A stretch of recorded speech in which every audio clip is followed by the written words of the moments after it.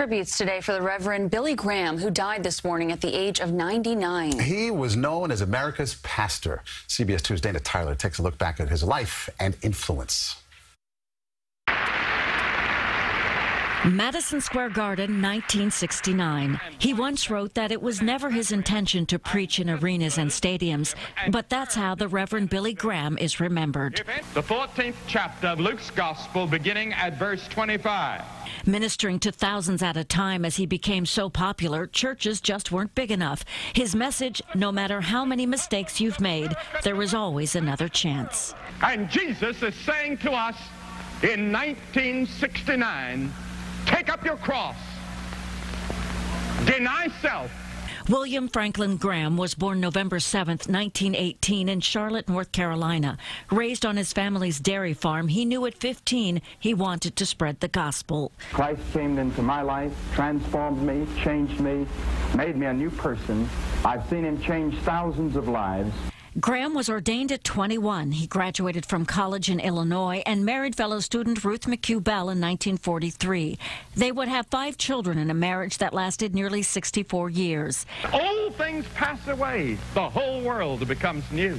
He seemed to have endless reach, from global cities to faraway villages. In 1952, he stopped segregating his crusades and began a friendship with Dr. Martin Luther King, Jr. All the troubles and problems of America tonight and of the world stem from the fact that we as a human race have sinned against Almighty God. He was a preacher to every president since Truman.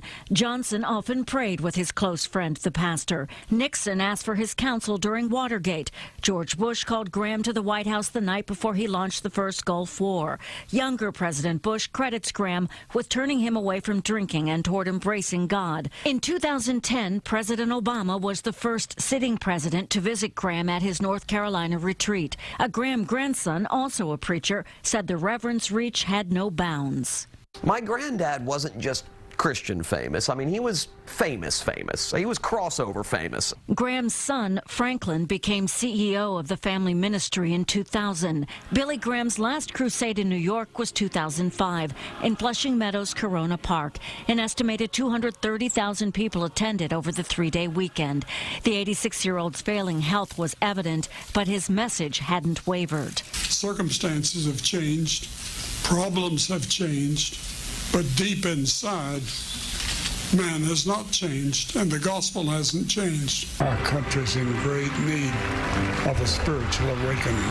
Reverend Graham closed with a prayer and peace he expressed on his final crusade in New York. He said then his life had been full and he had no regrets. I look forward to that with great anticipation. I'm looking forward to seeing God face to face. Billy Graham died at his home in Montreat, North Carolina. He is survived by his 5 children, 19 grandchildren, and 41 great-grandchildren. Maurice, Alice? So consistent for so long. Thank you, Dana. Thanks, Dana.